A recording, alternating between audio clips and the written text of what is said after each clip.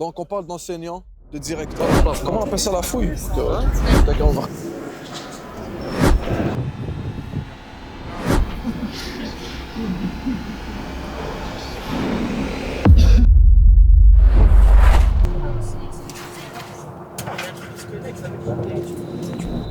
Salam alaikum wa rahmatullah.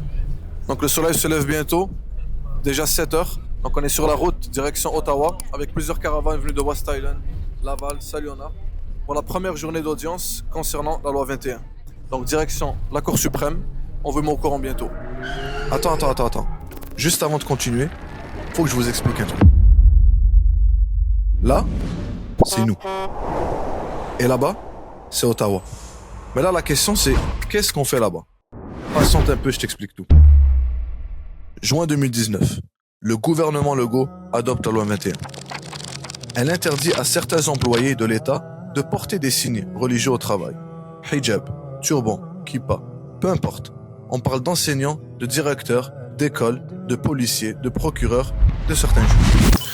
Concrètement, ça veut dire qu'une sœur qui porte le hijab peut étudier, se qualifier, faire tous les examens, passer tous les préalables nécessaires, se présenter à l'école publique et on lui ferme la porte.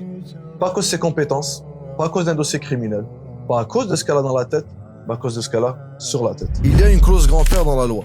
Donc si tu étais déjà en poste avant le 27 mars 2019, tu as pu garder ton emploi. En lisant ça, on peut se dire que c'est gentil de leur part, mais en fait, dès que tu changes d'école, de centre de service scolaire ou de poste, tu perds directement cette protection. Mais là, ce qu'il faut comprendre, c'est que le gouvernement Legault ne s'est pas arrêté à la loi 21. C'est le gouvernement qui a utilisé la clause dérogatoire plus que n'importe quel autre dans l'histoire du Québec. Et à chaque fois, de manière préventive. Ça veut dire qu'avant même que les tribunaux puissent se prononcer sur la constitutionnalité d'une loi, le gouvernement la blinde. Il dit aux tribunaux, même si c'est inconstitutionnel, vous ne pouvez rien faire. C'est ça qui est au cœur du débat, qu'on va aller voir aujourd'hui. Je vous résume la ligne du temps. Ça a commencé avec la loi 21 en 2019, la laïcité. Clause dérogatoire préventive. Ensuite, 2022. La loi 96 sur la langue française. Clause dérogatoire préventive. Le barreau du Québec lui-même, l'ordre professionnel qui encadre 32 000 avocats au Québec, a dénoncé cette utilisation de plus en plus fréquente comme étant abusive. Quand le barreau te dit que t'es allé trop loin, ça devrait même allumer un voyant. Après ça, en octobre 2025, la loi 94. La soi-disant loi sur le renforcement de la laïcité dans le réseau de l'éducation. Cette fois, l'interdiction du port de signes religieux ne touche plus seulement les enseignants et les directions, ça s'étend à tout le personnel scolaire. Les éducatrices en service de garde, les orthophonistes, les psychologues, les concierges, les secrétaires, toute personne appelée à donner des services aux élèves. Et devinez quoi? Clause dérogatoire, encore. Et la clause grand-père de la loi 94? Elle est rétroactive au 19 mars 2025, la date du dépôt du projet de loi. Ça veut dire que si tu as changé de poste entre mars et octobre 2025, quand la loi n'était même pas encore adoptée, tu perds directement ta protection. Des gens ont fait des choix de carrière sans savoir que les règles allaient changer en arrière. Je vous raconte une triste anecdote. Il y a à peine un mois, le centre de service scolaire d'Émilie a congédié 12 employés du secteur du soutien scolaire parce qu'elles ont refusé de retirer leur signe religieux. Parmi elles, Hakima Tamir et Mariam Rarnougui, deux éducatrices dans la même école à Blainville. Le 5 février, elles ont reçu un ultimatum écrit 5 jours pour retirer leur signe religieux ou démissionner. Elles ont choisi de garder leur hijab. Leur lien d'emploi a été rompu le 12 février 2026. Mariam Rarnougui résume la situation. On prétend vouloir libérer ces femmes, entre guillemets, mais alors qu'en réalité, on les exclut du marché de travail et on freine leur autonomie financière. Et selon Radio-Canada, dans la grande région de Montréal seulement, au moins 500 personnes pourraient perdre leur emploi. 500 personnes en pleine pénurie dans les écoles, les classes sont surchargées et on trouve le moyen de fermer la porte à des gens qualifiés. Insensé. Le gouvernement ne s'arrête toujours pas. En novembre 2025, le projet de loi 9 est déposé. Cette fois, c'est les garderies, les CPE, les écoles privées subventionnées, les cégeps, les universités. On interdit les locaux de prière dans les établissements postsecondaires. On exige des autorisations municipales pour prier dans l'espace public. Et bien sûr, la clause dérogatoire. Encore et toujours. Donc, en résumé, depuis 2019, la loi 21, la loi 96, la loi 94 et le projet de loi 9. 4 textes de loi, 4 fois la clause dérogatoire utilisée de manière préventive. C'est du jamais vu. Aucun gouvernement dans l'histoire du Canada n'a utilisé cet outil aussi systématiquement pour blinder ses lois contre des droits fondamentaux. Et ce qu'on va voir aujourd'hui, c'est pas un procès ordinaire. C'est 4 jours complets devant la Cour suprême. Plus de 60 plaidoiries prévues, plus de 50 intervenants, dont 6 procureurs généraux de province. C'est un record absolu dans l'histoire du tribunal. La dernière fois qu'on a vu quelque chose d'aussi imposant à la Cour suprême, c'était en 1998, sous le gouvernement chrétien, quand la Cour s'est prononcée sur les conditions de la sécession du Québec. Le renvoi relatif à la sécession du Québec, ça, c'est le calibre de ce qu'on s'en va voir. Et d'ailleurs, quand tu comprends l'ampleur de ce qui se joue, tu comprends aussi pourquoi le Parti québécois fait des publications comme celle-là. C'est le narratif qu'ils poussent. Pour eux, encadrer l'usage de la cause dérogatoire, c'est une attaque directe contre la souveraineté du Québec. Sauf que ce qui est en jeu, c'est pas le Québec contre Ottawa.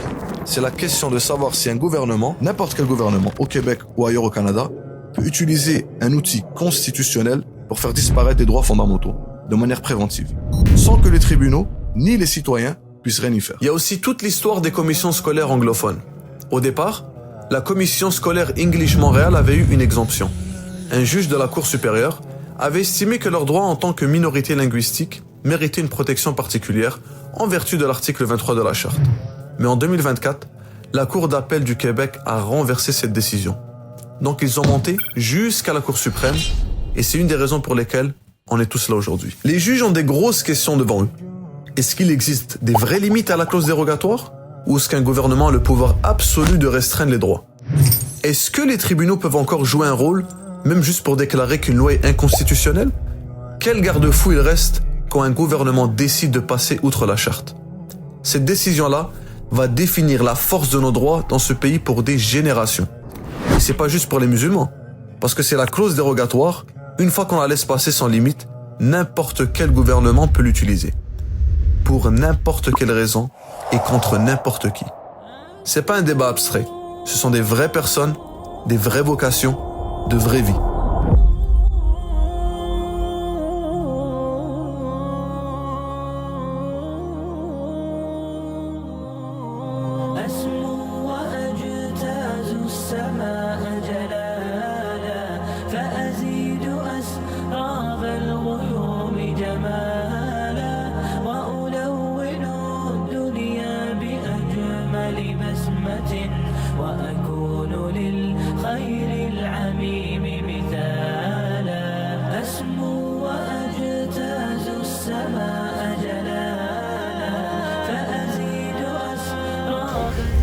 Je t'avais vu habillé comme ça, j'ai dit, yo, ce gars-là il est fou.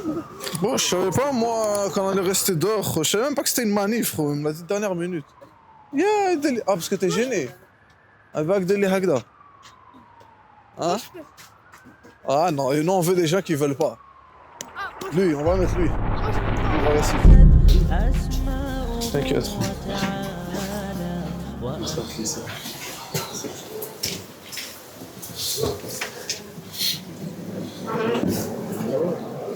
Là, on va passer. Comment on appelle ça, la fouille? D'accord, on va recommencer. Bon, là, on va passer à la fouille. On va essayer d'avoir des places à l'extérieur avec des télévisions qui donnent directement à l'Assemblée. Donc, on verra si on pourra avoir des petites places.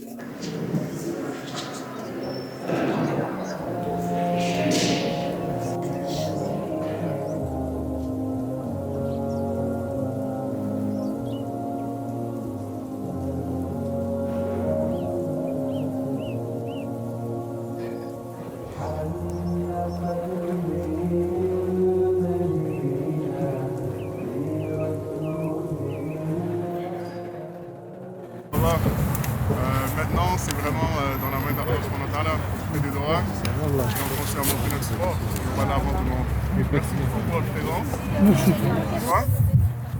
La chose la plus importante, c'est de continuer de suivre votre voie et d'expliquer à la société c'est quoi l'enjeu pour nous autres. On ne peut pas habiter dans une société où que les politiciens vont simplement avoir le droit d'enlever n'importe quel nom à n'importe qui pour n'importe quelle raison pour avoir des votes. Le pays doit comprendre la réalité, notre réalité. Les gens ne veulent pas habiter dans une place où que leurs droits dépendent du patronage politique de leur prochain gouvernement qui va être élu. Et ça, il faut l'arrêter. Il n'y a pas de place dans notre futur pour une démocratie libérale si ça continue. Il faut continuer à suivre notre voie. Dans ce que nous autres on a fait, chaque personne va trouver ça en personne. Salam alaikum. 14h30, on est déjà sur la route du retour. Donc, première journée finalisée, alhamdoulilah. Donc, il y a eu des bons arguments, des moins bons aussi, quelques trous également. Mais on fait akhir, Inch'Allah. On vous met à jour pour la suite très bientôt. Salam alaikum.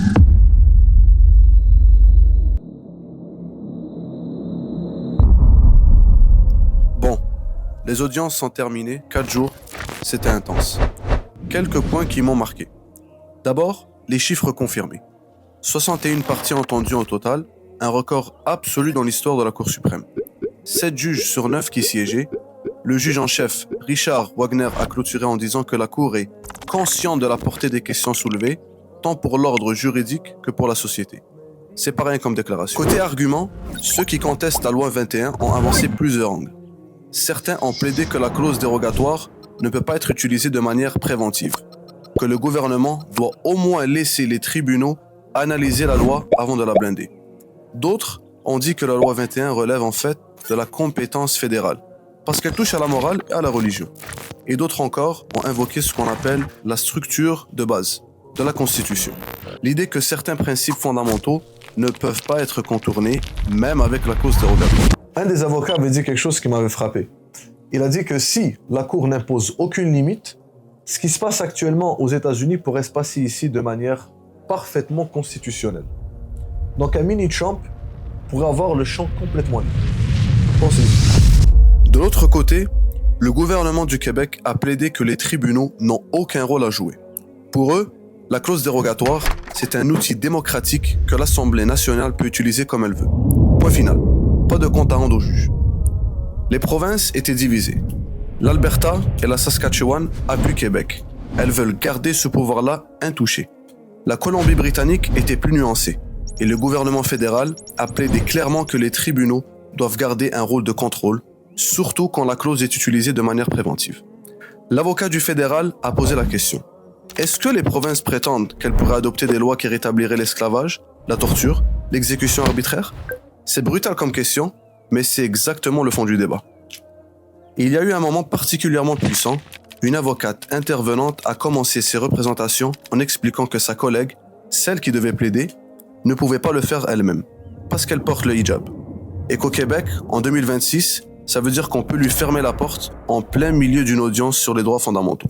Ça dit tout. Maintenant, on attend. La Cour a pris la clause en délibéré. Aucune date n'a été donnée pour la décision. On parle probablement de plusieurs mois. Certains pensent même que ça pourrait tomber autour des élections provinciales d'octobre. Mais une chose est certaine, le résultat va avoir des conséquences pour tout le monde. Pas juste au Québec, pas juste pour les musulmans, pour chaque Canadien. Parce que la question au fond c'est, est-ce que nos droits fondamentaux sont vraiment protégés ou est-ce qu'ils existent seulement tant qu'un gouvernement décide de ne pas les enlever? On vous tiendra au courant dès qu'il y a du nouveau, Inch'Allah.